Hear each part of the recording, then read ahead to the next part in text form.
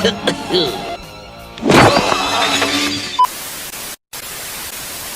is this garbage you're watching? I want to watch the news. Are you making headway at least? This is the news.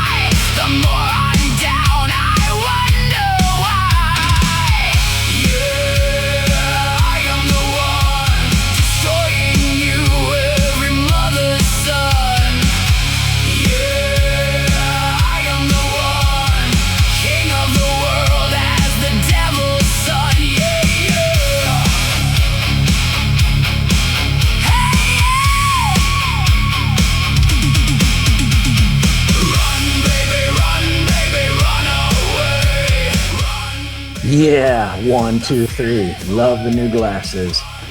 Love happy. And we are ready, guys. Night is upon us, guys. It is upon us. The dead are outside. They are slow, predictable, and driven by one basic instinct. And they do not lie, my friends. They do not hold grudges. They do not argue about who should be in charge while every window in the house is still fucking wide open.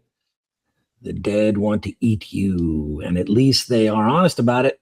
The living are the ones you have to watch. Okay? And what do you mean by that? Well, tonight we are digging into Tom Savini's 1990 remake of George A. Romero's Night of the Living Dead, and he is the producer on this, so George Romero wasn't going to let anybody just do it. Tom Savini, great makeup artist as a human being. He can go fuck himself. Basically, this movie takes one of the most important horror films ever made, brings it into a new era, and then asks an even darker question. What if the zombies are not the most dangerous things walking around? Oh, yes. What if it's not? What if they are not the most dangerous things walking around? And that is what this lovely, lovely, lovely movie is going to introduce us to. The movie begins in a cemetery where Barbara and her brother, well, I could tell you, basically. The brother's a bit of a douche. Barbara is a bit of a nerd, but she grows into that. Basically, this is not a remake that simply adds color, louder sound effects, and more blood. George Romero returned to write the screenplay, actually, while John Russo and Russell Streiner came back as producers. You know, Tom Savini stepped behind the camera for his feature directorial debut. And together, they created something that respects the original while finding new places to cut. It gives us a stranger and a stronger environment, and not only that, a stronger Barbara. Powerful new interpretation of Ben, horrifyingly realistic undead, and an ending that hits just as hard as the original, only from a completely different direction. So we're going to lock the doors, board the windows, check the cellar, and make sure Harry Cooper is not in charge of anything important. If you don't know who that is, you're going to find out. See, because I'm Charles Sherrod Jr., and this is The Dive, guys. Tonight the dead are walking, but the living may already be too far gone. So let's get into it. Let's get into it, guys. And before we break down, certain things, all of that, and, it is time to enter the farmhouse and face the night for ourselves. This is Night of the Living Dead from 1990, not 68. And this is how it's going to end up. And we're going to see it from a whole different angle. So if you've never seen it, I would suggest you pay attention because it's going to be one hell of a dive, guys.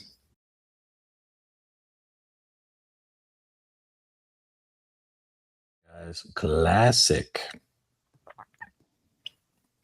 Well, welcome back. Those of you that just prefer to watch, not really say much, but that's pretty much what we like to do around here, just about. So, the original Night of the Living Dead kind of left you stunned. This version leaves you a bit angry.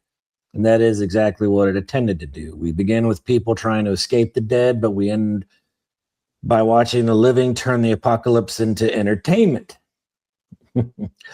The zombies kill because instinct drives them. The humans pretty much humiliate, torture, and destroy because they enjoy it. That is a much uglier monster. So the remake also follows the basic structure of the original, but it changes enough to establish its own identity. The farmhouse, cellar, the television, reports, and the doomed escape attempt are all here. But the characters have been kind of reconstructed, or just a reconsideration of who they were. Barbara is no longer left helpless by shock. Ben is allowed to be powerful, vulnerable, intelligent, and tragically human. Even Harry Cooper becomes more complicated because, as unbearable and as he is, some of his concerns are not entirely wrong. He just has the unique ability to make a reasonable point sound like a personal attack, or an attack on basically everyone. Don't you just love it? Basically, Remake the Night of the Living Dead sounds like a terrible idea. The 1968 original did not simply become a classic. It changed the language of horror and established the modern, flesh-eating ghoul. Okay? Trying to recreate that film could have resulted in a polished imitation with no pulse of its own, Instead, this remake had the original characters and its blood. The remake was partly, an opportunity for Romero and his collaborators to reclaim a property that had cost them dearly. Because the original film's copyright notice was accidentally omitted, it fell into the public domain, and the people who created it watched others profit from their work. This production was not simply Hollywood digging up a familiar title. It was the original filmmakers returning to a grave that had already been robbed, basically. Savini also makes The Walking Dead look genuinely deceased. These are not clean movie monsters wearing gray face paint. Their skin is discolored, their eyes are damaged, and their bodies appear stiff, swollen, injured, and wrong. The makeup effects team, studied, forensic material, to create corpses that looked disturbingly real. The result is less like a monster parade and more like a morgue that suddenly decided to take a walk. Ironically, this Tom Savini movie is not the enormous gore festival people expected from a guy who did Friday the 13th, Howling, and a bunch of other films. Savini later explained that studio pressure in a shortened post-production schedule, and of course, the MPAA cuts removed material and limited its control. Even, with those restrictions, he created atmosphere, tension, and a constant sense of decay. The movie may not drown the screen in blood, but it smells like death from the opening cemetery scene onward. Pretty much like one of the greatest and most important changes, Barbara in this one. Patricia Tallman, does not erase the terror and trauma of the original. She builds, and her Barbara begins frightened, overwhelmed, and barely able to process. And then all of a sudden she observes, adapts, and slowly realizes that panic is more dangerous than the creatures outside, And it's kind of one of those things that she fights through. While the men are shouting over the farmhouse and treating the cellar like, disputed, territory in a divorce settlement, Barbara is studying the enemy. She notices that the dead are slow, they're clumsy, they can be avoided.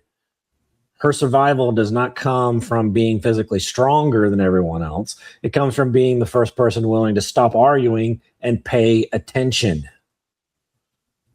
That transformation, never feels like an action movie costume change where fear disappears and somebody suddenly becomes Rambo. Barbara is still frightened, but fear no longer controls her actions. She puts on practical clothes, takes up a rifle, and begins making decisions. That is the real transformation. She does not become fearless because she stops feeling fear.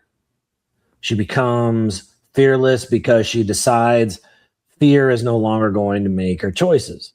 And by the end, Barbara is the clearest thinker in the house. Ben is exhausted. Harry is consumed by resentment, and everybody else is trapped, between loyalty and panic. Barbara sees the truth. The dead are dangerous, but manageable. Human stupidity, on the other hand, remains undefeated.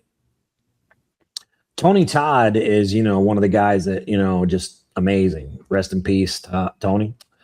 But his Ben is the center of this movie. He enters the farmhouse like a force of nature, focused, capable, and ready to work. But Todd never tries to imitate Dwayne Jones's original portrayal. He gives Ben his own presence, physically imposed, but emotionally grounded, confident without being invincible.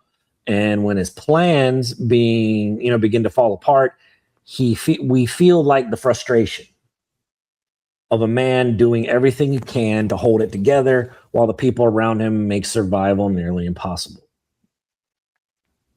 Then there is Mr. Harry Cooper. Tom Towles gives Harry enough anger, fear, and of course, wounded pride, to make him more a simple villain. Harry believes, that the cellar is the safest location. And the movie eventually reveals that he is not completely wrong about that. The problem is that Harry could announce free money and somehow make everybody want to punch him in the fucking face. He does not communicate well. He challenges. He has to be right about everything. Doesn't cooperate. He keeps score. So Ben and Harry, become so determined to defeat one another that the dead barely need a strategy. Their conflict represents the movie's central idea. People often, become,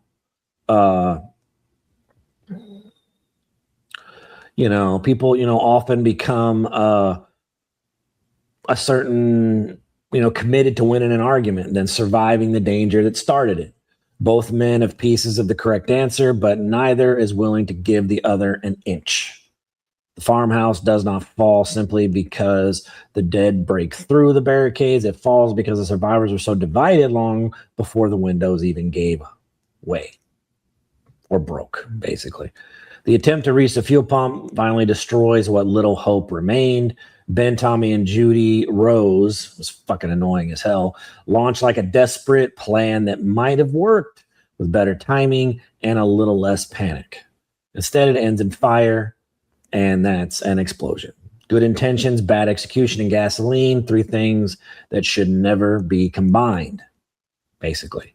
After that, the house collapses quickly. The Cooper family's tragedy reaches its horrifying conclusion. Ben and Harry settle their feud with bullets, and Barbara finally understands that staying inside is a death trap and a death sentence. She does what nobody else has the courage to do, walks out through the dead. Okay?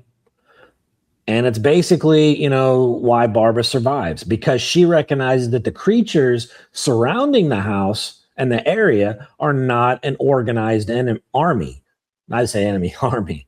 They are slow-moving bodies driven by hunger. She keeps her distance, maintains control, like Ben suggested earlier in the movie. Keep strong, keep thinking straight. The dead remain dangerous, but they are no longer mysterious. Then morning arrives and the real horror begins. Barbara finds a group of armed men, in a clearing in the countryside. And at first they appear to represent rescue, order, and safety. But as she watches them work, their behavior becomes increasingly disturbing. The captured dead are used for games, target practice, and entertainment. Bodies are displayed like trophies. The apocalypse has given cruel people permission to enjoy themselves. It's like a lot of politics now and a lot of things going on in the world. You give a nut permission, you will be able to see all kinds of things. So when Barbara returns to the farmhouse, Ben, emerges from the cellar as one of them. His death is tragic, but what makes it especially painful is how close he came to surviving. In another life, on another night, he might have made it. But Harry Cooper is also discovered alive, hiding above the destruction he helped create. But Barbara looks at him and makes her decision. When the men ask what she has found, she treats Harry exactly as they treat the dead, just another body for the fire. And that moment is not presented as a clean victory. Okay? Barbara has survived, but something inside her has been burned away. She has witnessed too much selfishness, cruelty, stupidity, to believe that humanity deserves automatic sympathy. The final images, show the living smiling beside the destruction, and the resemblance between celebration and atrocity, basically becomes impossible to ignore. And the dead consume the bodies, the living consume dignity. At least the dead do not pretend they are the heroes. Something to think about, isn't it, guys? Night of the Living Dead from 1990 understands what a remake should be. It respects the foundation, strengths, the characters, changes the perspective, and delivers an ending that gives the story a new meaning. Patricia Tallman reinvents Barbara without betraying the terror of the situation. Tony Todd, power, intelligence, humanity for Ben. Tom Towles creates one of horror's most aggravating human antagonists. And Tom Savini surrounds them with some of the more and most convincing walking corpses ever put on film. Walking Dead sucks. They've kind of CG'd the fucking costumes now. What a douche. The production restrictions keep it from completely realizing the original vision. But the atmosphere, performances, and hard-hitting final act make this one of the rare remakes that can stand beside the original without trying to replace it. For surviving the impossible task of remaking a masterpiece and for understanding that the living can be far more frightening than the dead.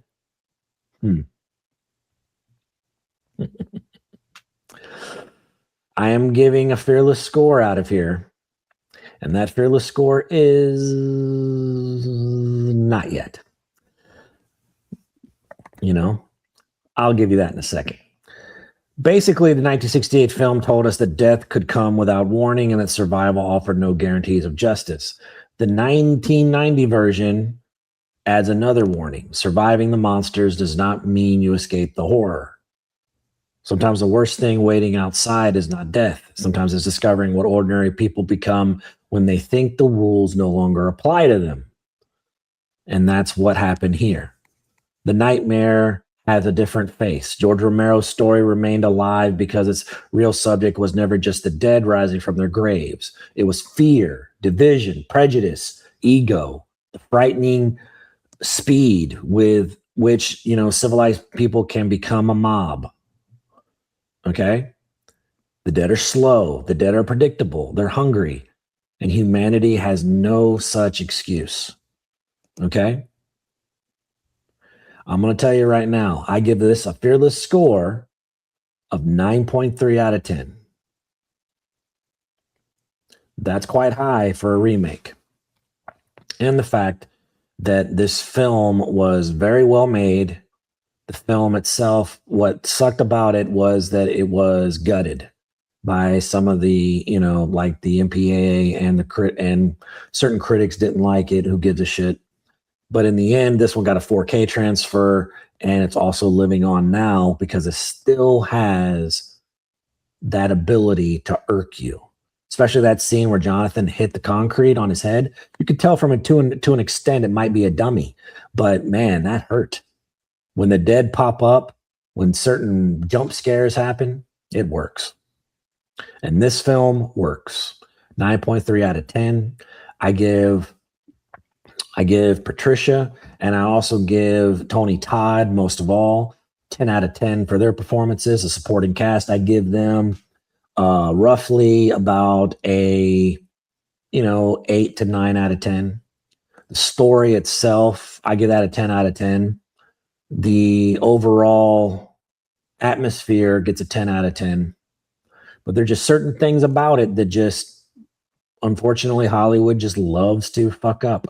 And that's why it would have rated higher. But I still think 9.3 out of 10 for a movie that came out nearly 36 years ago. It's one hell of a ride, especially compared to nowadays. Bullshit. Well, that's what I got, guys. Humanity doesn't have an excuse, but the dead, they're just trying to eat.